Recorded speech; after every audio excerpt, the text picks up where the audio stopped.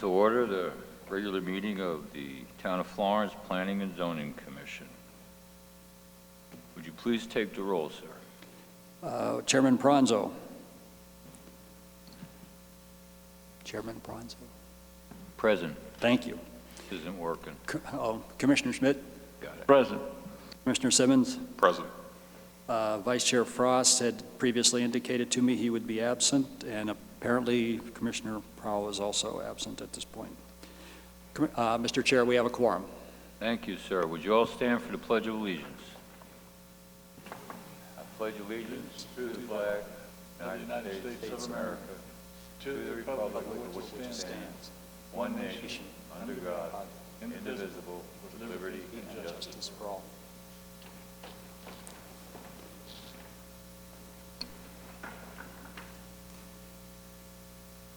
Okay, moving right along. This is discussion, approval, or disapproval of the minutes of the regular meetings conducted on June 6th and June 20th, 2019. We'll start with June 6th. Open it up to the commission. Do we have any comments? This one was brought back. You didn't approve it at the previous meeting. We've included the motion, a condition for the approval for the infill core case that was on here, and that was the only modification you would ask for. I think we have. Right, and it appears to be word for word. I would make a motion that we accept the June 6th. minutes from June 6th meeting as submitted. Do we have a second? I will second. Okay, so I have a motion by Commissioner Schmidt, second by Commissioner Simmons. All those in favor? Aye. All those opposed? Motion passed. Moving on to June 20. Any comments?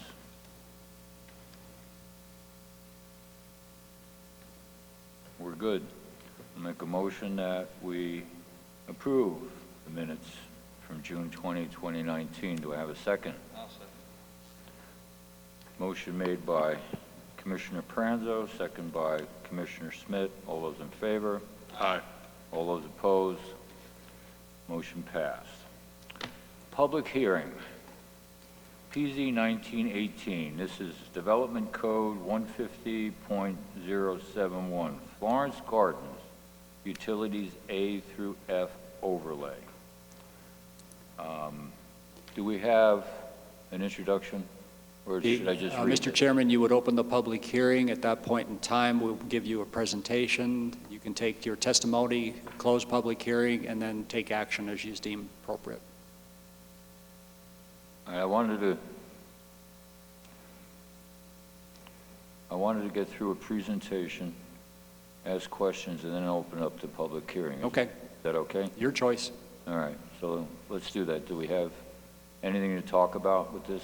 There are two presentations we want to give. The first one will be by Emily Webster from the association, Florence Gardens Association, to give you a little bit of history on Florence Gardens and where this case came from, and then I'll give you the staff report presentation following that. Great, thank you. Ms. Webster, you're on. Just hit the button on the right and that'll move you forward, or presumably. Good evening, Mr. Chairman and members of the Planning and Zoning Commission. My name is Emily Webster, and I'm a full-time resident living in Florence Gardens. I'm currently chair of the Architectural Committee there and a member of the board. And what I hope to show you tonight was a more personal view of Florence Gardens and tell you why we support this overlay to the MHS zone. Florence Gardens has been in existence for 48 years and is a HOPA qualified senior community. The HOA lots are individually owned. There are 1,300 lots, and to date we have 830 homes with more planned for this year. Because of the slope of the land and to define the lot lines, many owners have low walls and fences between the parcels. 4-foot-high chain-link fences are popular on side and rear yards for those who own animals. And a good number of the lots have low walls and fences in the front yards. Here are two more examples of the walls and fences in the front yards. They're attractive and they promote openness. Our guidelines for walls and fences are in our rules and regulations. For most of the time, the authority to change the rules was vested in the board of directors and sometimes was subject to whim.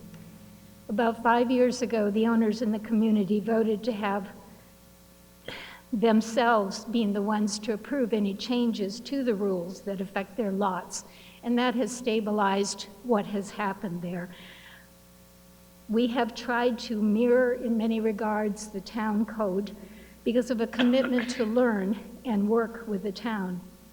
Nevertheless, I will admit that we have 12 homes that have 4-foot-high fences in the front yards, most of those having been there for over 15 years. We have professional management now with enforcement issues to be taken care of, but that would not touch something that occurred so very long ago.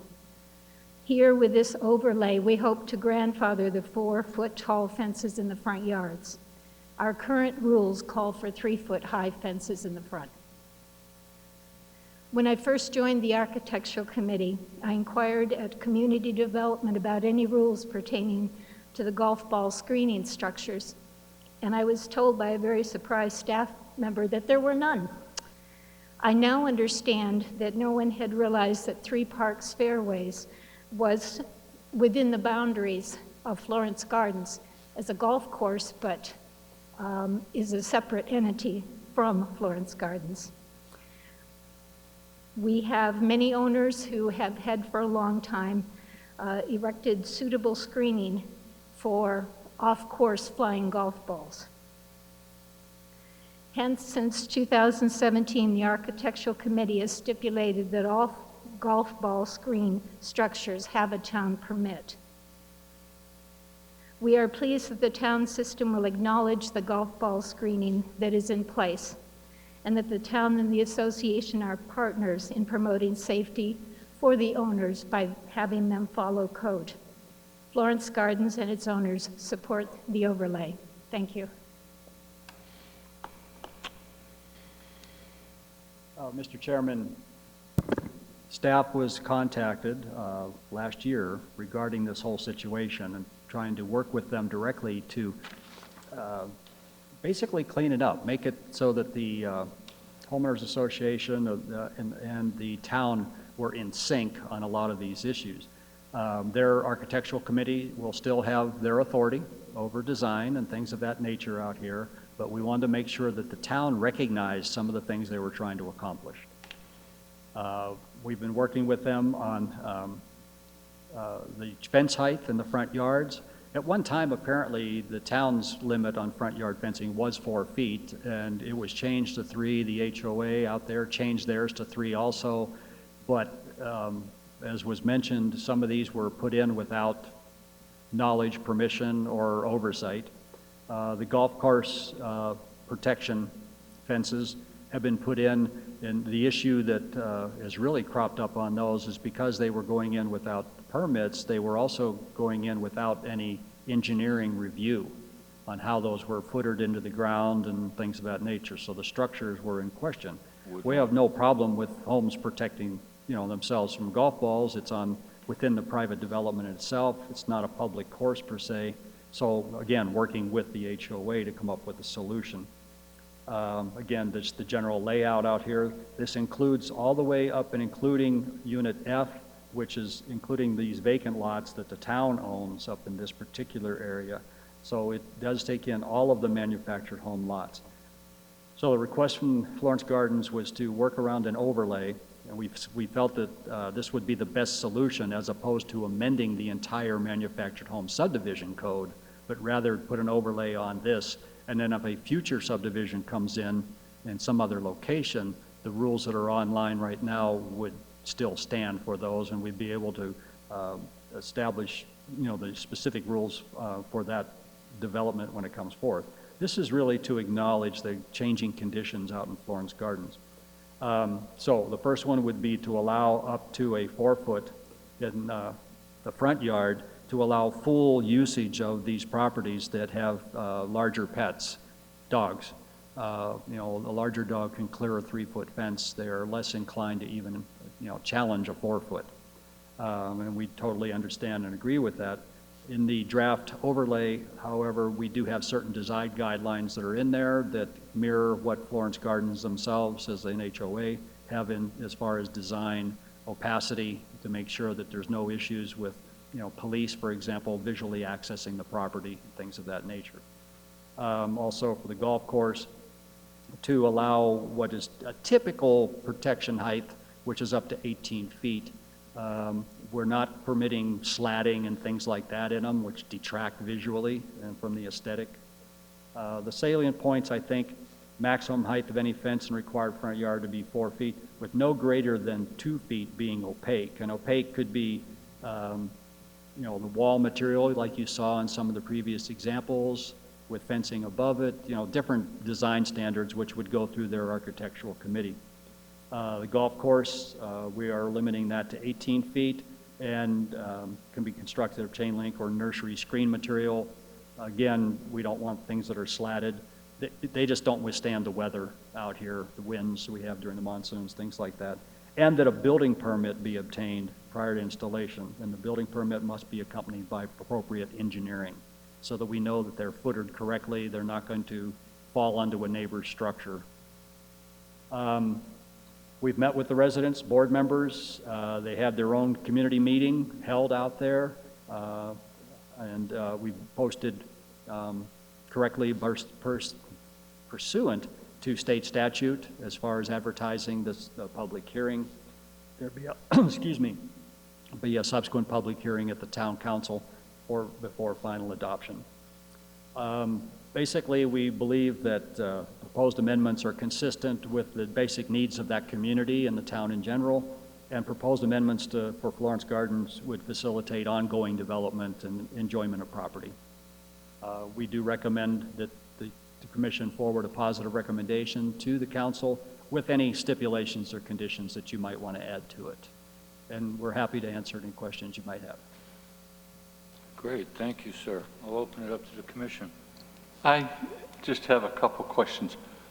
At one time, the fence was allowed to 4 feet. That's my understanding, but I don't know how long ago that was, just offhand. Why was it changed back to, why was it reduced to 3? The code, I have, Mr. Schmidt, I really don't know why. I just know that the last major code update was in 2006, when they went through and hired a consultant to come in and recodify and make certain changes to it. It may have happened at that time or previously. The one before that, I think, was 95. So exactly the rationale, I really don't know. Okay, she, Sure. by all means.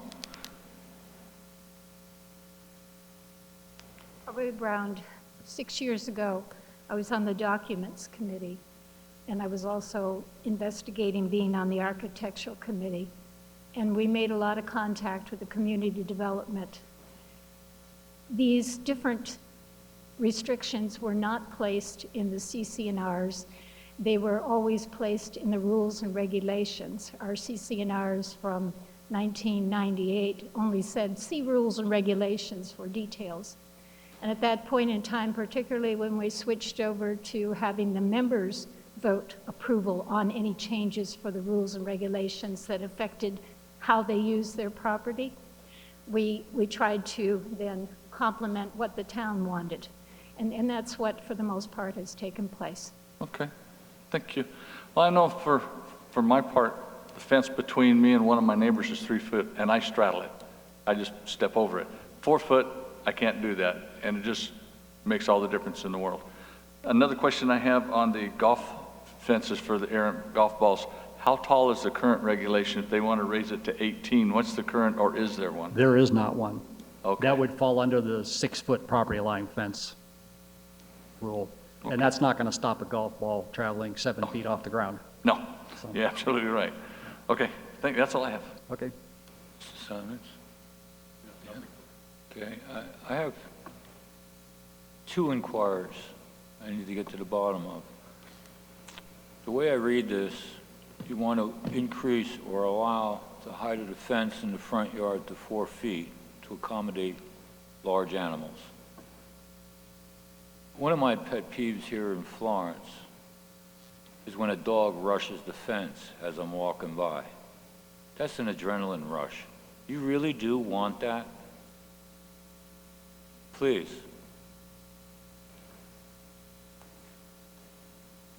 What I tried to say in the presentation, at least as far as the architectural committee is concerned, the purpose for having the 4-foot overlay is not to change our documents, which are at 3 feet for a front yard fence, but to grandfather in those that we can't do anything about, really, easily. Okay, they've been there for a long time. We urge people to have that look of, as we said, openness. That's important to our community. We were just able to pass a new CC&R, and that seemed to be what the community wanted, was this neat, clean, tidy, inviting community. And I agree with you. If something were right at the property line, if somebody came in the next day and wanted it, no, our rules currently would not allow it. But we did want this protection for the people who are already subject to not being within compliance. I see. That's a tough one. I should point out and what makes it difficult on our end to help them do this is we can't single out individual lots within a large development. That becomes kind of arbitrary and capricious as far as establishing rules. So their architectural committee can still, rule on their designs as they come through. All right. But this takes care of those that are already done. But by passing this part of it, or at least recommending approval, what we're doing is we're opening the door if the architectural committee or the HOA decides that they want to up it to 4, then they're free to do it. Yeah, the way this is worded, they would have that option. But that way they're in control of their own community. I get it. All right, the second question I have is about the missile hazards. The way I read this, and I'll just read it out loud, if I can find the beginning of the sentence. Screen fencing that protects private property from errant golf balls for lots that back onto or are immediately adjacent to the Three Parks Fairway Golf Course. A golf course screen fence can be located on the privately owned lots or on the Three Parks Fairway Golf Course. What are we doing here with encroachment? Who owns these fences? The only way they could put them on the golf course is if the golf course itself concurred with that. Otherwise, it has to be on the private property. We wanted to allow the flexibility for either one to happen, but that would have to be a private agreement between the homeowner and the owners of the golf course. All right, let me see if I can get this straight now. Well, let me start with, who is responsible for running the golf course? It's a private entity. It does So it's not belong. It does not belong to Florence Gardens. So the private entity is somehow being compensated for having this golf course there? As far as from Florence Gardens, I am not aware. It's a private operation within Florence Gardens. It doesn't belong to the homeowners association. It's not managed by the homeowners association. It's a separate company. So this separate company has no obligation to protect the private citizens from these missile hazards. I don't get that. The way it was set up, apparently. There's something wrong with this picture. I mean, they're responsible for the greens, the cups that are in the greens, the flags that are in the cup. It's all part of the equipment. Please. I don't know the exact year the golf course came into existence, but I would understand that it was at least there in the 80s, and there was not the oversight there. They didn't, I mean, it was 6 years ago. I was told that the town didn't realize they had a golf course in Florence Gardens that they might be monitoring. So I can't answer for what was passed, except I think regulations and awareness of what protects the citizens has developed through the years, and this just slipped by. There are some of the structures on the golf course, but most of them are at the back or sideline of a house. Two of the pictures that I showed you had the two that were recently permitted by the town, and they look very nice, well structured, chain link with suitable support for them. Well, I get the picture. I understand that this has developed over years, but what we're doing is we're allowing a private entity to operate a golf course with no liability for damage. It's all up to the homeowners. Getting into the insurance and liability end of it, I have no background or knowledge to even address that. All I know is that it's just, they are apart and separate, two different entities out there. This allows, and the fences that are out there have been put up by homeowners over the years. Yeah, I understand that. And this allows them to protect themselves. As far as any requirement on the golf course, since it already exists, there's nothing that I know of that the town could step in and do. I know it doesn't seem right. Most developments that we see coming on now that have golf courses included in them, the golf course is one of the early things that are built, and you get the stipulations that we would do through our reviews with you and to the council for approvals, things like that. We can build those protections in. This is one of those things that starting in '71, I don't know when the golf course came into existence, but there was not a lot of oversight back then on those types of things, and it was up to the homeowners to protect themselves. I'd love to see your CC&Rs. I mean, it seems like the onus is on the private property owner to protect his house from a private entity. In this case, that's correct. This is bass-ass backwards. And I don't necessarily disagree with you, Mr. Chairman. It's just one of those things that he's evolved over years. As you're aware, and anybody that's lived in the town for any length of time, there has not been a consistent amount of enforcement of all kinds of regulations. I don't disagree, but yeah, it doesn't relieve us of a responsibility of ironing something out when it comes in front of us. We can't just keep trying to accommodate everything that is not going the right way. My problem is the sentence, and what we're doing. A golf course screen fence can be located on privately owned lots or on the 3-park fairway golf course. I guess I have to leave the liability part of it as a negotiation between your HOA, Florence Gardens HOA, and this private entity. And if a homeowner wants to put up a second fence or a fence to protect his house, this sentence allows it. My problem is I don't want the golf course to have free rein in encroaching on private property in order to put a fence up. That's the part that doesn't work. But I guess the sentence the way it is will fly. It gives the private property owner the ability to put up a fence. It's unfortunate. Engineering is not cheap. And to engineer a fence of this type and then build it is a pretty good price tag. We have found, Mr. Chairman, that there are fencing companies out there that have already pre-engineered this type of thing because of all the other golf courses are primarily around Maricopa County. So they're taking the package off the shelf. Yeah. All right, I guess that, I don't like it, but I guess I have to live with it.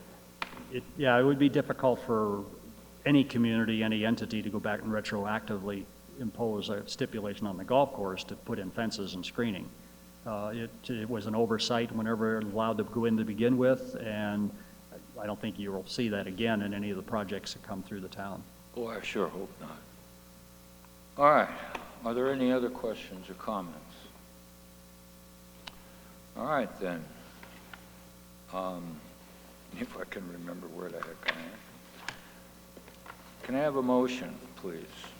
You need to open and close your public hearing. I'm sorry, I did it again. I do it every time. We'll take care of it. Well, open it up for public comment. Do we have any public comments? No public comments. I will close the public comments. Now, may I have a motion?